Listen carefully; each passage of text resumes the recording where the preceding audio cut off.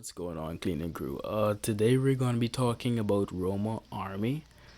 Now, when I first discovered Roma, she just appeared as a story on my feed. I watched it and I was like, damn, this chick really gets us. I respected a lot of what she said. I feel as though, hey, she might have some ulterior motive, but as long as she's saying what people need to know, hey, it's alright.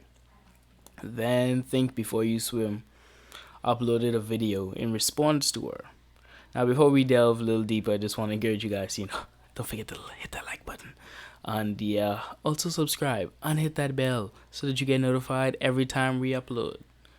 Okay, as I was saying, he made a video basically calling her out as a chameleon. And for you guys that don't know, a chameleon is a woman that pretends to care about men's issues in order to garner a following and achieve their own desires, or you know what I mean, to be like one of the boys, whether or not they want to assume like they're different to get with the guy, or if they just want to do it on YouTube because they know that Sims hearing a woman appeal to their issues with them, it'll make them feel sought after and somewhat important. Now, I would have been like, hey, even if, like, because he called out another chick for doing this exact same thing and everything.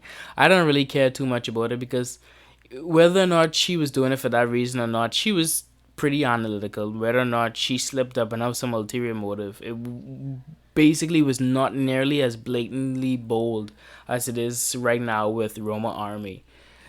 But now, what struck me the most with Roma was when we discovered that she had OnlyFans. I mean Patreon. Yes, Patreon.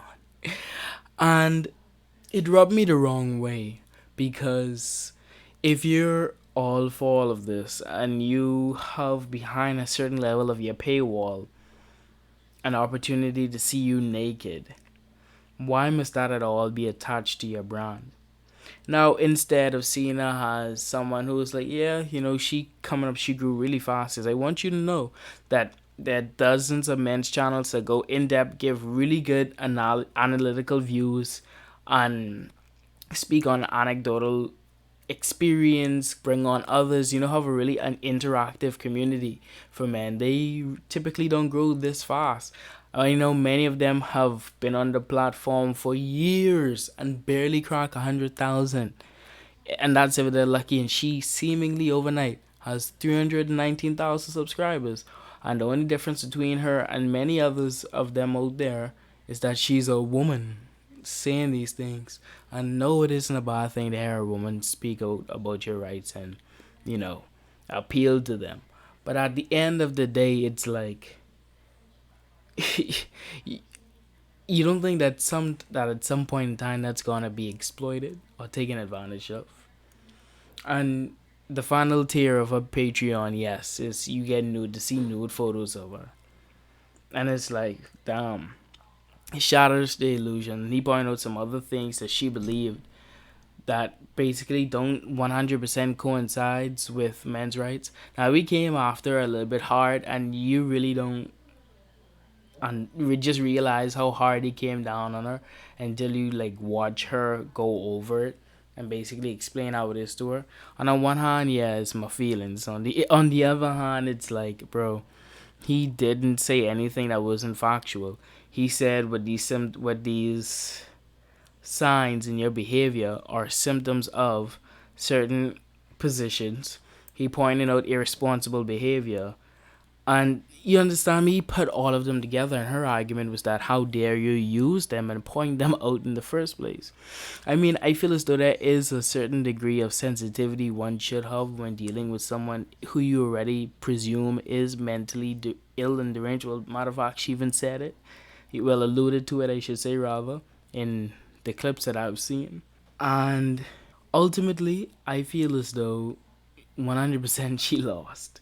If this was a feud or anyone had to mediate and say who was the victor, it definitely wouldn't be her. It would be think before you swim. All in all, it just don't look too good. I kind of concerned for think before you swim because at this point, when you start offending someone like this, it could have far-reaching implications. Do I think that there's anything wrong with having an OnlyFans and participating in that industry? No. Do I think that there's something sketchy about having your OnlyFans available, and you're appealing to men, you're getting a lot of attention from men, and now you're upselling them on your OnlyFans? We know that you don't make any ad revenue from your videos because most of them are too short to meet the 8 minute requirement, and even her long, extensive streams don't have any ads on them to begin with. So the main monetary incentive is her Patreon, which we have discovered she makes more than $11,000 from. Oh no, okay, I'm just gonna cut to the chase. I feel as though she's excusing this, saying that she cares about men's rights, I feel as though she might, somewhere on some superficial level, she might. Deep down, she knows that this is gonna garner that attention that she could then funnel into her Patreon, which is gonna make her the most money because the whole topic of men's rights and all of that, it isn't really all that profitable on the internet. It's quite censored, if I may say so. So yeah, somewhere inside of me, I feel as though she's exploiting the interests of men. I don't know, their troubles, their trials, their pains. She's exploiting that to garner attention, to funnel into something that's basically an OnlyFans that hella Sims are gonna flock to.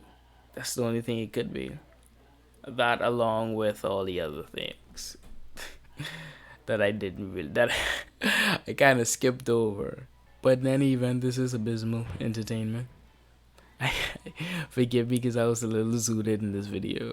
But I hope you guys still enjoyed it. Be sure to like, comment, subscribe for more reaction and commentary from videos and just events all around the internet, sports, news, politics, all the like. Signing out.